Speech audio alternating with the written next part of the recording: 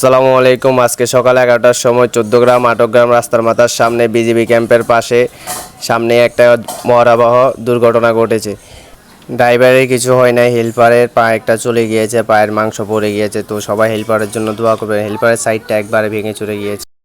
সকাল 11টার সময় আমরা তখন রাস্তার পাশেই ছিলাম, আমাদের চোখের সামনে ঘটনাটি ঘটে গেল। এটা হচ্ছে হেল্পারের রক্ত দেখতে পাচ্ছেন, পুরোটাই ভিজে গেছে। তো আমরা সতর্কভাবে গাড়ি চালাবো, দিক নির্দেশনা করব। এই যে আপনারা ট্রাকটা দেখতেছেন, এর সামনে একটা লরি ছিল। লরিটা হঠাৎ করে রাস্তার মাঝখানে ব্রেক করে তার চাক্কা খুলে যাওয়া, তারপরে পিছনে ট্রাকটা নিজের নিয়ন্ত্রণ হারিয়ে পিছনে মাইরা দেয়। দেখতে পারতেছেন ভয়াবহ একটা দুর্ঘটনা হয়ে গেছে। কভার ভ্যানটার চাক্কা খুলে যাওয়ায় ও ব্রেক করে। তো পিছনের লোকটা বাঁচানোর অনেক চেষ্টা করছিল, কিন্তু পারে না। শেষ পর্যায়ে তার হেল্পারের উপর দিয়ে সব কিছুগুলো। তো আমরা ওদের জন্য দোয়া করব, ওরা যাতে সুস্থতা দান করে আল্লাহ তাআলা। সাবধানে গাড়ি চালাবেন। ঘাটে অনেক দুর্ঘটনায় ঘটেছে 14 গ্রামে আমাদের।